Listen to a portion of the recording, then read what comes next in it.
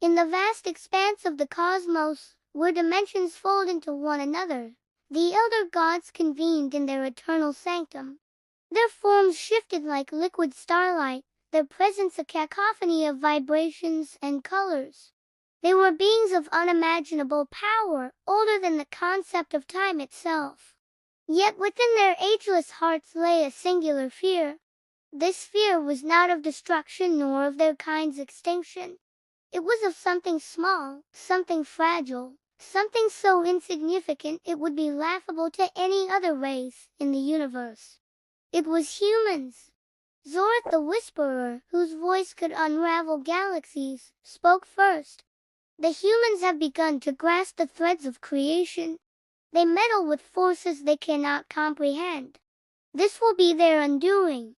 Yet it is not their knowledge that concerns me. It is their will. The others listened, their forms flickering in muted agreement. Humans had always been an anomaly. Against all odds, they survived. The elder gods had seen civilizations rise and fall. Entire species reduced to dust by the weight of their hubris or the cruelty of fate. But humans persisted. Through wars, plagues, and cosmic catastrophes, they endured. They adapted, they thrived, and they always looked to the stars. The elder gods had observed humanity from the moment their consciousness sparked in the primordial void of earth. They watched as humans carved existence from chaos, shaping fire, stone, and metal into tools of creation and destruction. The gods were amused at first, then intrigued, then wary. Their wariness turned to fear when the first human uttered a prayer. The prayer was not to the elder gods, for humans had no knowledge of their existence. It was to an imagined deity, a faceless force of hope, power, and salvation.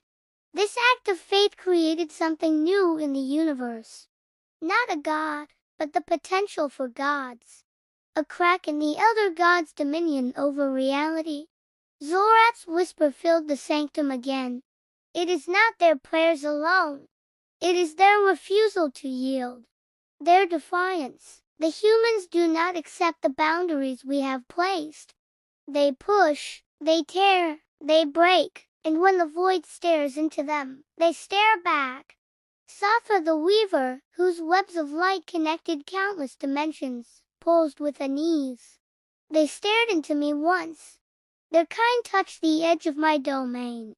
Not with ships or machines, but with thought. 1,000 minds dreaming the same dream.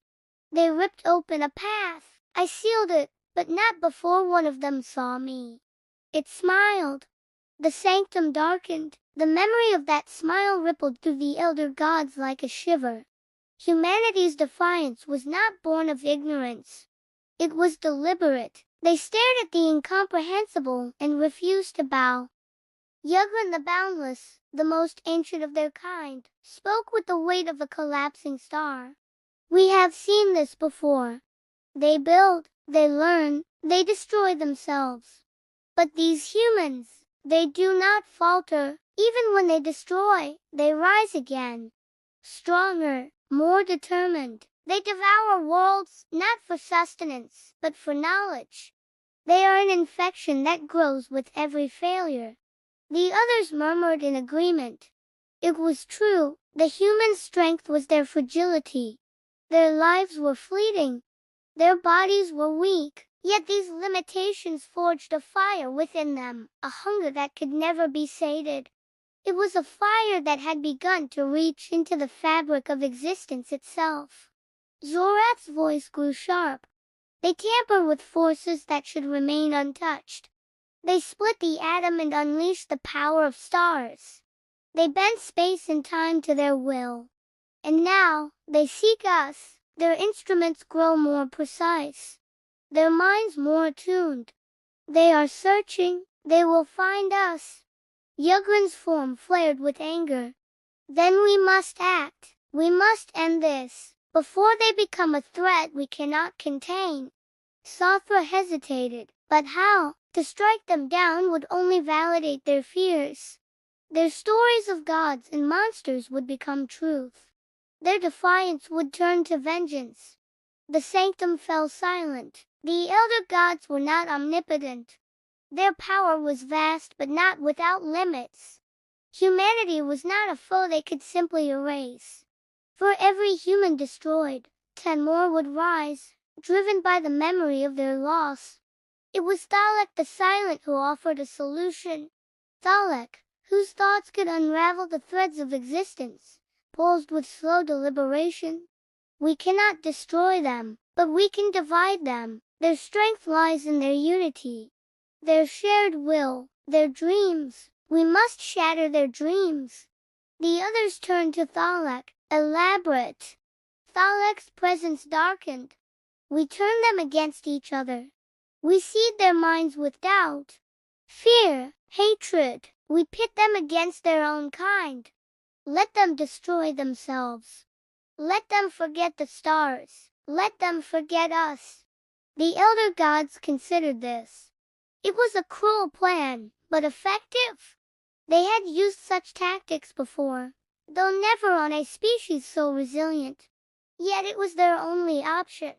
And so, the elder gods wove their influence into humanity's thoughts.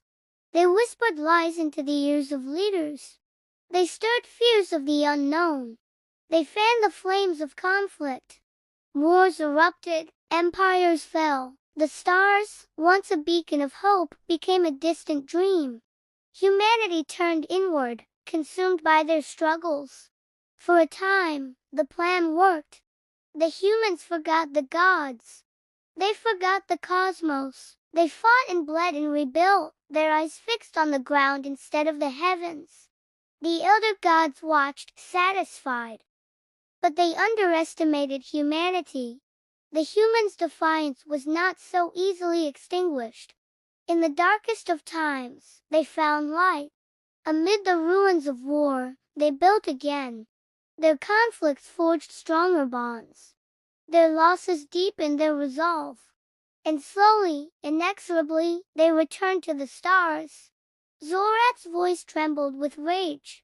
They rise again. Even now, they search. They will find us. And when they do, Yugran interrupted, we will not survive. The sanctum quaked with the weight of their realization.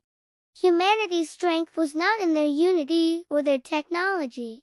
It was in their spirit, their refusal to accept defeat, their endless curiosity, their ability to turn even their greatest tragedies into triumphs. The elder gods fell silent, their vast minds racing.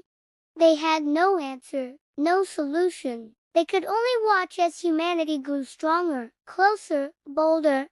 They could only wait for the day when the humans would look beyond the stars and find them. And when that day came, the elder gods would not be gods. They would be prey.